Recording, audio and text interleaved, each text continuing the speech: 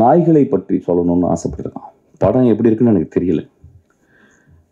நிச்சயமாக அதில் ஒரு பெரும் கருணை இருக்குன்னு நினைக்கிறேன். ஒரு படம் எடுத்து அந்த படம் மக்களால் அங்கீகரிக்கப்பட்டு அது பெரிய ஆர்ட் ஃபார்ம் ஆகுறது ரொம்ப கஷ்டம். இன்னைக்கு கூட நான் பண்ணிக்கிட்டு இருக்கும்போது எனக்கு நியூஸ் கேட்டுச்சு. அதாவது ஒரு திரைப்படத்தை பார்க்க போகும்போது அந்த திரைப்பட நடிகர் அங்கே வந்து அதனால் மக்கள் வேகமாக ஓடி போயிட்டு ஒரு பெண் இறந்துட்டாங்கன்னு சொல்லிட்டு அது ஒரு பெரிய ஆக்சிடெண்ட். அதுக்கு அந்த கதாநாயகனுக்கும் அவனும் ரொம்ப கஷ்டப்பட்டுவான். அந்த குழந்தை நடிகர்கள் சினிமாக்காரர்கள் எப்பொழுதுமே நாங்களும் ஒரு நாய்களை போடுவாங்க. ஏதோ இந்த கிராமத்தில் வந்து ஏதோ ஒரு ஊருக்கு வந்து மைக்ரேட் ஆகி வந்து இந்த இப்போ கலைகள் பண்ணாங்க பார்த்தீங்களா, அது மாதிரி இதை பண்ணி இதை பாருங்க, இப்படி நாங்கள் ஆடி காட்டுறோம், இப்படி பாடி காட்டுறோம், நீங்கள் கொஞ்சம் கைத்தட்டுங்க. இந்த மனிதர்கள் நீங்கள் வந்து ஆடினவங்க கொஞ்சோண்டு கைத்தட்டினா போதும், அவங்க வாழ்க்கை போதும். ஆனால் நாங்கள் கொஞ்சம் மாறி எங்களுக்கு கொஞ்சம் காசு கொடுங்க, உங்கள் காசை வச்சு தான் நாங்கள் சாப்பிட்றோம், உங்கள் காசை வச்சு தான் நாங்கள் கார் வாங்குகிறோம், உங்கள் காசை வச்சு தான் எல்லாம் பண்ணுறோம். நான் கொஞ்ச நாளுக்கு முந்தி வந்து ஏதோ ஒரு பெரிய படம், அந்த படம் ஃபெயிலியர் ஆகும்போது நிறைய ரசிகர்கள் வந்து பயங்கரமாக அதை வந்து விமர்சனம் பண்ணி பேசி அதுக்கு எல்லா உரிமையும் இருக்குது. நான் என்னுடைய அசிஸ்டண்ட்டாக தான் சொல்கிறேன், இந்த படம் நியாயமாக இருக்கும் பட்சத்தில், நன்றாக இருக்கும் பட்சத்தில் இந்த பத்திரிகைக்காரரும் பார்வையாளர்களும் இதை கொண்டு போய் சேர்ப்பாங்க. அந்த படத்தில் நியாயமும் தர்மமும் இருந்தால், ஏன்னா அவங்களுக்கு உரிமை இருக்குது. அதுதான் நான் சொல்ல வந்தேன். அசிஸ்டண்ட்டாக வேற விழாவில் மேடையில் சொல்லியிருப்பானான்னு தெரியல. ஆக்சுவலாக அதில் ஒரு உண்மை இருந்தால் கூட போதும், தலையில் தூக்கி வச்சு கொண்டாடுவாங்க. ஏதோ ஒரு வகையில் சில அசதி, ஏன்னா இந்த வாழ்க்கை ரொம்ப அசதியாக இருக்குது. நான் பார்க்க தெரியுது. ஏன்னா அவங்களுக்கு வந்து ஓடிடி பிளாட்ஃபார்மில் அவ்வளோ படங்கள் இருக்குது. வாழ்க்கையில் வந்து 1.25 வினாடியில் பார்க்கக்கூடிய இன்ஸ்டாகிராம் இருக்குது, 24 ஹவர்ஸும் பார்க்குறோம். இதெல்லாம் மீறி நம்ம ஒரு நரேட்டிவ் சொல்லும் போது அந்த நரேட்டிவ் ரொம்ப பவர்ஃபுல்லாக இருக்கணும்னு அவங்க ஆசைப்படுறாங்க, அவங்க கேட்குறாங்க. நம்மளும் படித்து வளர்கிறோம், அவங்க 200 மடங்கு அவங்களும் பார்த்து படித்து வளர்கிறாங்க. ஸோ ஒரு படம் அவங்களுக்கு நல்லா இல்லாம்போது ரொம்ப கோபம் வந்துடுது, வெகுண்டு வந்துடுது. அவங்க நல்லா ஒரு கேமரா கொண்டு போய் காட்டிடுறோம், அதில் அந்த மனிதர்கள் வந்து தவறாக சில வார்த்தைகள் பேசுகிறாங்க. அது பெரும் மனசு வருத்தத்தை. நடிகர்களை நீங்கள் கொஞ்சம் கருணையோடு பார்த்துக்கணும். இந்த சொல்கிறதுக்கு நான் அச்சப்படலை. நான் கங்குவா படம் நான் பார்க்கல, இருந்தாலும் அந்த படத்தை பற்றி விமர்சனங்கள்லாம் வந்துச்சு. இன்னும் கொஞ்சம் கருணையோடு நீங்கள் பார்க்கணும். ஏன்னா சூர்யா போன்ற ஒரு நல்ல நடிகர், ஒரு அழகான நடிகர், நம்ம வந்து பத்திரமா பார்த்துக்கணும் எல்லாரையும். அவங்களெல்லாம் ஒரு சிவகுமார் மாதிரி ஆளுங்களை நல்லா யோசிச்சு பாருங்க. இன்றைக்கி நம்ம கையில் வந்து சிவாஜி இல்லை, நம்ம கையில் வந்து எம்ஜிஆர் இல்லை, பெரிய பெரிய ஆளுங்கள். அவங்களோடலாம் பணியாற்றிய ஒரு சிவகுமார்னு ஒரு மனிதன் இருக்கான். எவ்வளோ முக்கியமான மனிதன் நம்மளுக்கு. ஆக்சுவலாக அவங்க வீட்டில் வந்த ஒரு 2 குழந்தைகள் ரொம்ப நல்லது. இப்போ நான் ஒன்று விமர்சனம் பண்ணலாம். அடுத்து நீங்கள் சூர்யாவுக்கு கதை சொல்ல போறீங்கன்னா நான் சொல்லவே போகிறதில்ல. ஆக்சுவலாக படம் கொடுத்தா கூட நான் ஒத்துக்க மாட்டேன். பட் நான் கருணையோடு பார்க்க சொல்கிறேன். ஏன்னா கருணையை பற்றி பேசும்போது நான் கருணையோடு வரேன். ஒரு படத்தை வெற்றி பெறதுக்காக இந்த குழந்தைகள் நாங்கள்லாம் எவ்வளோ கஷ்டப்படுறோன்றது சொல்லி உங்கள்கிட்ட வந்து மடி விரிக்கலை. கிட்டத்தட்ட வாழ்க்கையை மறந்துட்டு வேலை செஞ்சுக்கிட்டு இருக்கோம். அப்போ ஏதோ சின்ன ஒரு பேலன்ஸ். ஆக்சுவலி அதாவது ராக்கெட் இன்ஜினியர்ஸ் சொல்லுவாங்க, ஒரு 10 வருஷம் கஷ்டப்பட்டு 24 மணி நேரம் ஒத்த சிந்தனையோட கான்ஸ்டன்ட் விஜிலன்ஸோட ஒரு ராக்கெட்டை டிசைன் பண்ணும்போது அது ஏதோ ஒரு சின்ன ஒயர் கொஞ்சம் பிரிஞ்சா கூட அது வானிலை வெடிச்சிருது. ஒன்றுமே பண்ண முடியல. அப்படித்தான் சினிமாவும் பார்க்குறேன். ஒரு சினிமாவும் ஒரு ராக்கெட் இன்ஜினியரிங் தான். ஒரு 500 கலைஞர்கள் கான்ஸ்டன்ட் விஜிலண்டோட ஒரு திரைப்படத்தை அப்படியே ஒரு சின்ன இலையா பண்ணுறோம். சில டைம் ரொம்ப அங்கே அந்த மூத்த கலைஞன் ஒருத்தர் இருப்பான், அந்த டைரக்டர்னு ஒருத்தர் இருப்பான் பாருங்க. அவன் வந்து ஒரு இறப்பை நோக்கி போகிற அளவுக்கு போகும்போது தான் ஒரு படைப்பு உருவாகுது. அவன் அங்கே செத்து போவான். கடைசியில் அந்த நாளில் வந்து ஃபைனல் அந்த ஷாட் முடிஞ்சு அந்த ஃபைனல் மிக்சிங் முடியும் போது பார்த்தீங்கன்னா, வெளியே வரும்போது பார்த்தீங்கன்னா நல்லா ஞாபகம் இருக்குது. ராஜீவ் மேனன் சொன்னாரான் ஒரு யாரையும் அது ஃபைனல் ஏதோ இப்போ உள்ளே போகும்போது யாரையும் அது கீழே பட்டு கிடக்குறா அப்படி செருப்புக்குள்ளே அப்படின்னா ஒரு பேர் பாலான்னு சொன்னாங்களாம். அதுதான் சேது, ஒரு பாலா. செத்து போகிற டைம் தான் அந்த டைமில் தான் அந்த படம் உருவாகுது ஆக்சுவலாக. அப்போ ஒரு படம் உருவாகும் போது நம்ம வந்து படம் நல்லா இல்லைன்னு சொல்கிறதுக்கு ரொம்ப உரிமை இருக்குது. ஏன்னா நீங்கள் 150 ரூபா கொடுக்குறீங்க. அப்புறம் ஒவ்வொரு பத்திரிகையாளரும் எல்லாம் சினிமா தெரிஞ்சவங்க. நான் நான் சொன்ன சித்திரம்பேசி பார்த்து நான் கதை சொன்னேன், ஏவிஎம்ல சொன்னேன். அது நல்லா இருக்குன்னு சொன்னவர் அங்கே உட்காந்துருக்காரு, வெள்ளை வெள்ளை சட்டை போட்டவர், துளசி பெருமாள். அவர் நல்லா இல்லைன்னு சொல்லியிருந்தா நான் நல்லா இருந்திருக்க மாட்டேன். ஸோ அவங்க தான் பத்திரிக்கைங்க. நம்மளும் அதை ரொம்ப புரிஞ்சுக்கணும். இது 2 பேரும் கையை கோர்த்து படங்கள் நல்லா இல்லாட்டினாலும் நல்லா இல்லாட்டினாலும் அதில் இல்லையா இப்படி பண்ணலாம்யா இப்படி பண்ணியிருக்கோனியா அப்படின்னு சொல்லலாம். சினிமாவை எல்லாரும் நம்ம பத்திரமா பார்த்துக்கணும். ஏன்னா சினிமா மட்டும்தான் அறத்தையும் அழகையும். இப்போ நீங்கள் பார்த்தீங்கன்னா என்ன ஒரு பெர்ஃபார்மன்ஸ், வாட். எனக்கு வந்து இன்றைக்கி நைட் ஃபுல்லாக பேசிகிட்டே இருக்கலாம் போல இருந்துச்சு. இந்த படம் இந்த மனிதர்களுக்காகவும் அந்த நடிகர்களுக்காகவும் ஓடணும்னு நான் வந்து கேட்டுக்கிறேன். நான் வரும்போது ரொம்ப டயர்டாக வந்தேன். ஆனால் ஒரு 200 நாளுக்கு வந்து நான் சக்தியோடு இயங்கக்கூடிய அளவுக்கு இந்த மனிதர்கள் வந்து இன்றைக்கி ஒரு எக்ஸ்ட்ரானரியான ஒரு பெர்ஃபார்மன்ஸ் பார்த்தேன்.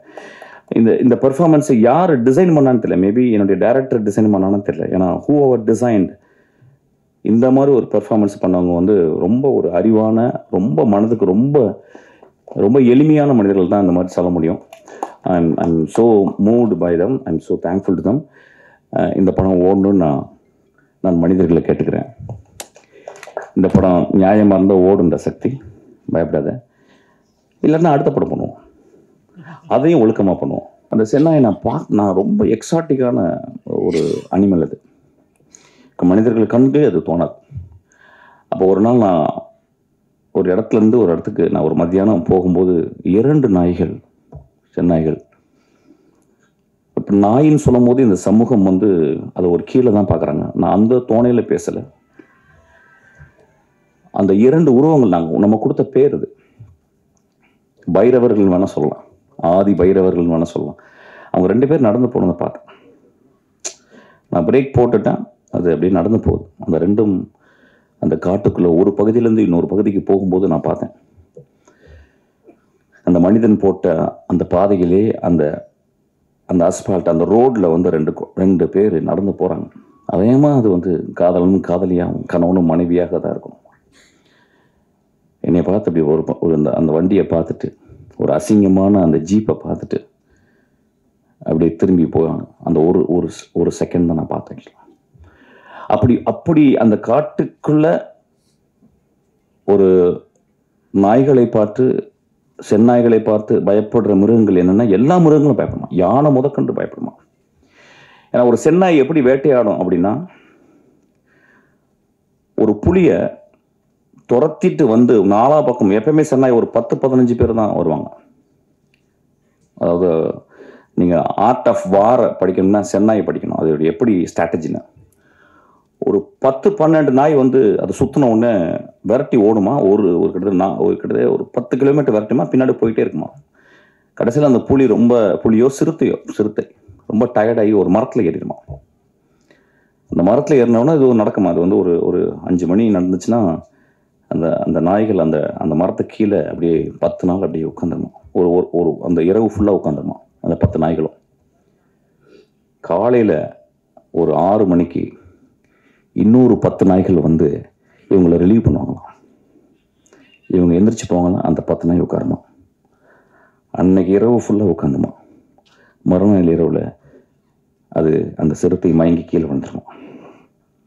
அதை உணவாக எடுத்துக்கொண்டு தன்னுடைய குழந்தைகளுக்கும் தான் தின்று மீதியை தன் தொண்டைக்குள் வைத்துக்கொண்டு தூரத்தில் இருக்கும் அந்த 10 கிலோமீட்டர் தூரத்தில் இருக்கிற அந்த மரப்பொந்துகள் அல்லது மலை பொந்துகளில் ஒளிந்திருக்கும் அந்த மனைவி மக்களுக்கு, தாய் தந்தையருக்கு கொண்டு போய் கக்கி அதை வந்து கொடுக்கும்.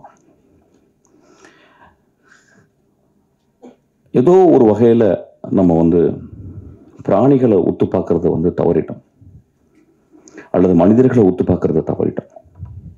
இந்த கண்களை ஒத்து பார்த்தீங்கன்னா அந்த கண்களில் வந்து தி போஸ்ட் அனிமலிஸ்டிக்கான ரொம்ப தேவையான ஒரு வனத்தை பாதுகாக்கிற அந்த 3 பார்வைகள் இருக்கும். ஒன்று ரேஜ்,